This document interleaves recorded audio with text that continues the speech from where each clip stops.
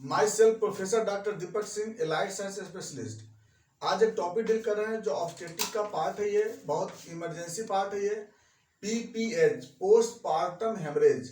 क्या होता है पोस्टपार्टम हेमरेज, इसको देख लेते हैं। जैसा कि हम लोग लेबर के बारे में देखे थे, हम लोग first stage, second stage, third and fourth stage labour देख चुके हैं। पार्टम का मतलब होता है पार्टम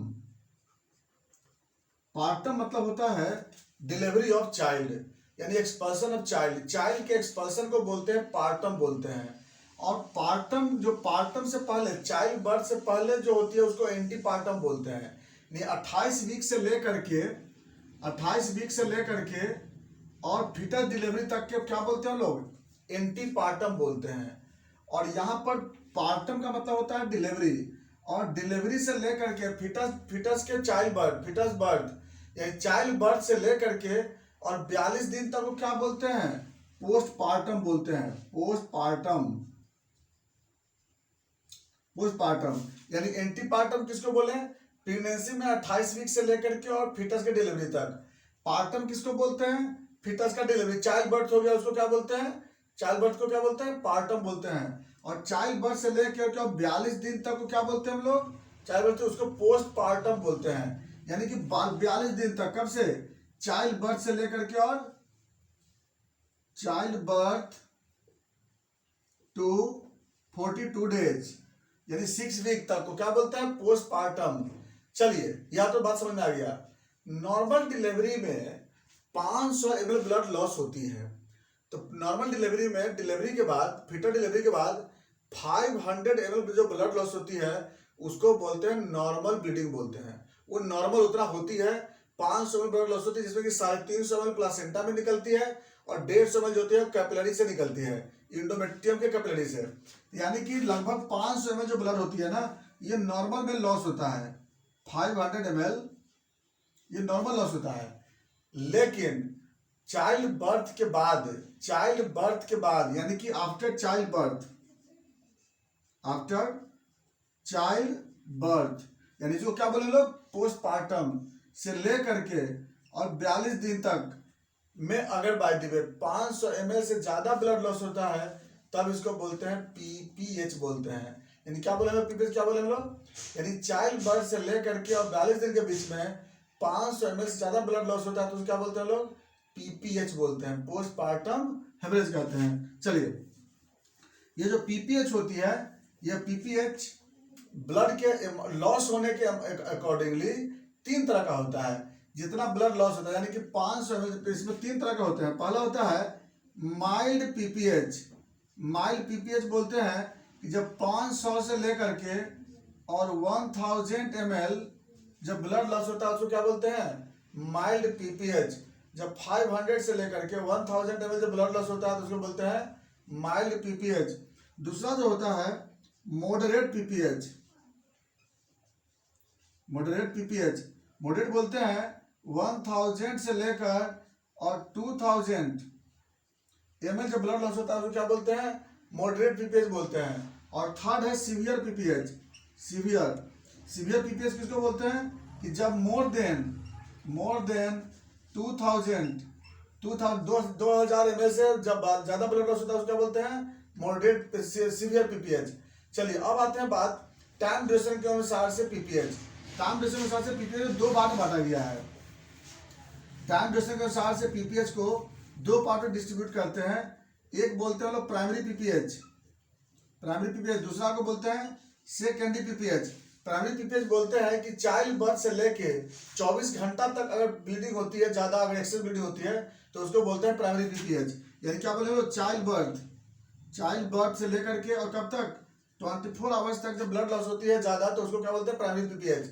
और सेकेंडरी किसको बोलते हैं कि 24 आवर्स से लेकर के और 42 दिन तक जो ब्लीडिंग लॉस होती है, तो उसको क्या बोलते हैं लोग, सेकेंडरी पीपीएच बोलते हैं। तो प्राइमरी पीपीएच को समझ आ रही, प्राइमरी पीपीएच भी 2 तरह का होता है, यानी 2 तरह। एक होता है थर्ड स्टेज पीपीएच, एक होता है ट्रू पीपीएच। देखिए, थर्ड स्टेज पीपीएच किसको बोलते हैं, सुनिए बड़ी गौर से। जब प्लासेंटा जब रहता है जिस समय तक, तो प्लासेंटा के रहते तक रिटेन प्लासेंटा उसको बोलते हैं कि प्लासेंटा के रहते हुए जब ब्लीडिंग होती है तो उसको बोलते हैं थर्ड स्टेज पीपीएच। याद रखिए, फिर से बोल रहे हैं, प्लासेंटा जो होती है एक्सपल्सन जो होती है, प्लासेंटा एक्सपल्सन बेबी डिलीवरी के 30 मिनट के अंदर हो जाना चाहिए। लेकिन बेबी डिलीवरी के 30 मिनट तक नहीं अगर होता है डिलीवरी, नहीं अगर प्लासेंटा बाहर निकलता है तो उसको रिटेन प्लासेंटा बोलते हैं। तो अगर प्लासेंटा के रहते हुए जो ब्लीडिंग होती है तब इसको हम लोग क्या बोलते हैं, इसको बोलते हैं third stage PPH.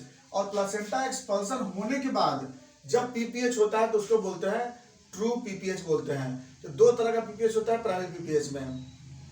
Secondary PPH जो होती है वो बोले 24 घंटा से लेकर के और 42 दिन तक पीपीएच उसको बोलते हैं हम लोग सेकेंडरी पीपीएच। अब आते हैं बात कॉज पे, इसका कॉज क्या होता है। देखिए, पीपीएच का दो मेन कॉज होता है, एक होता है एटोनिक और दूसरा होता है ट्रॉमेटिक।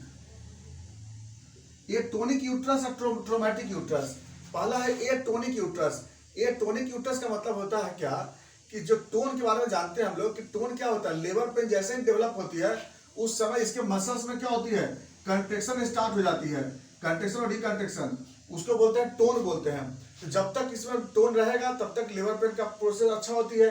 तो टोन अगर बाय द वे गायब हो जाता है उसी को बोलते हैं एटोनिक या इनर्शिया ऑफ यूट्रस बोलते हैं। तो टोन रहना बहुत जरूरी है, कब तक, प्लासेंटा एक्सपल्सन तक रहना चाहिए इसमें। अगर टोन अब्सेंट हो जाएंगे तो क्या हो जाएगी, जो मसल्स होती है इस मसल्स के बीचों बीच पास करता है आर्टरी, और मसल जो होती है वो सिस टाइप का होता है यानी कि एट टाइप का होता है, और इसके बीच से आर्टरी क्रॉस करता है इस मसल्स में। तो अगर बाय द वे कंट्रेक्शन होगी मसल्स तो आर्टरी कंस्ट्रिक्ट हो जाएगी, अगर डायलेट और मसल्स रिलैक्स हो जाएगी तो आर्टरी ब्लड सप्लाई ज्यादा हो जाएगी। तो इसलिए क्या होता है कि अगर मसल्स का टोन लॉस कर जाएगा तो ब्लड क्या हो जाएगी, इसमें ज्यादा सप्लाई होने लगेगी। तो इसीलिए टोन अपसेंट होने के कारण क्या होती है, यहाँ पे ब्लीडिंग ज्यादा होती है। टोन अपसेंट हो गया, प्रोलॉन्ग लेबर हो गई by the way, multiple pregnancy है, मल्टी ग्रेविडा है, ये सब में टोन लॉस होने की चांसेस ज्यादा होती है। इस सब की वजह से जो ब्लीडिंग बहुत हो जाती है। तो टोन जो होती है बहुत इंपॉर्टेंट जो होती है, टोन आना जरूरी होते हैं। दूसरा होता है ट्रॉमा। ट्रॉमा में क्या होता है कि बाय द वे ट्रॉमा जो होती है यूट्रस जैसे सपोज है यहाँ से रप्चर कर गया है ना, इंडोमेट्रियम ज्यादा रप्चर कर गई, सर्विस रप्चर कर गया, भल्वा रप्चर कर गया, भेजाना रप्चर कर गया, प्लस पेरिनियम रप्चर कर गया। तो इसकी वजह से क्या होती है कि ब्लीडिंग हो सकती है। ये क्यों हो सकता है, जैसे फोर्सफुल एक्सपल्सन, फोर्सफुल फिटस का एक्सपल्सन हुआ, फोर्सफुल प्लासेंटा का एक्सपल्सन हुआ इस कंडीशन में, या फिर यूट्रस इन्वर्ट कर जाता है, या फिर जो अम्बिलिकल कॉर्ड है उसको जबरदस्ती क्या करते हैं, ट्रैक्शन ज्यादा करते हैं। इस सारे केस में क्या होती है, ट्रॉमा होने की टेंडेंसी होती है, और इस कंडीशन से पीपीएच देखने को मिलता है। अब पीपीएच होने का सिम्टम क्या होता है, तो सिम्टम में क्या होगा, ब्लड विजन होंगे, माउथ जो होता है ड्राई हो जाएगी, वीकनेस हो जाएंगे, फेंटनेस होगी, ब्लीडिंग कंटिन्यू वेजाइना से मिलता है। ये जो सिम्टम मेन मिलता है इसमें। तो ब्लीडिंग होगी तो ब्लीडिंग का ये सब सिम्टम आने स्टार्ट हो जाती है। तो अगला हम देखें कैसे पीपीएच का साइन क्या है, तो इसमें क्या होगी, कंटिन्यू वेजाइना ब्लीडिंग होगी, ब्लड प्रेशर इसमें लो हो जाता है, बीपी फॉल कर जाता है, पल्स रेट हाई हो जाता है, टैकीकार्डिया हो जाता है, यानी इसे देख ये पहचाना जाता है यानी वेजाइनल ब्लीडिंग हो रही है, बीपी फॉल कर रहा है धीरे धीरे, पल्स रेट उसका क्या होता है हाई हो रही है, पेशेंट का कंडीशन गड़बड़ाते जा रहा है, पेशेंट फेंट करते जा रहा है, ये सब साइन है इसको देखने का। अब बात आते हैं कॉम्प्लिकेशन।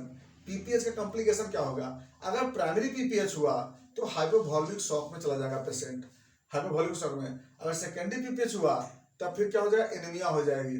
इसके बाद इसको इन्फेक्शन भी होने के चांस हो सकता है, और प्लस प्रीवियस इसका जो है ये अगला जो प्रेगनेंसी होगी उसमें इसका डिजॉर्डर में भी हो सकता है, देखने को मिल सकता है। तो खैर वो तो बात की बात है, लेकिन एक्यूट कॉम्प्लिकेशन क्या हो जाएगा, हाइपोवॉल्मिक शॉक होगा, और प्लस उधर में हेमरेजिक एनीमिया डेवलप मिलेगी। तो हाइपोवॉल्मिक शॉक कब होगी, प्राइमरी पीपीएच में, और एनीमिया कब मिलेगी, सेकेंडरी पीपीएच में मिलेगी।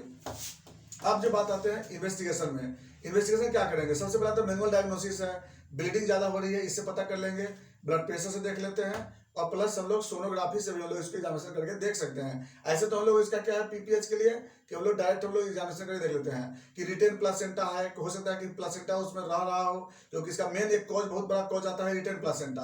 प्लासेंटा रह गया तो उसकी वजह से क्या होती है, ब्लीडिंग कंटिन्यू होती है।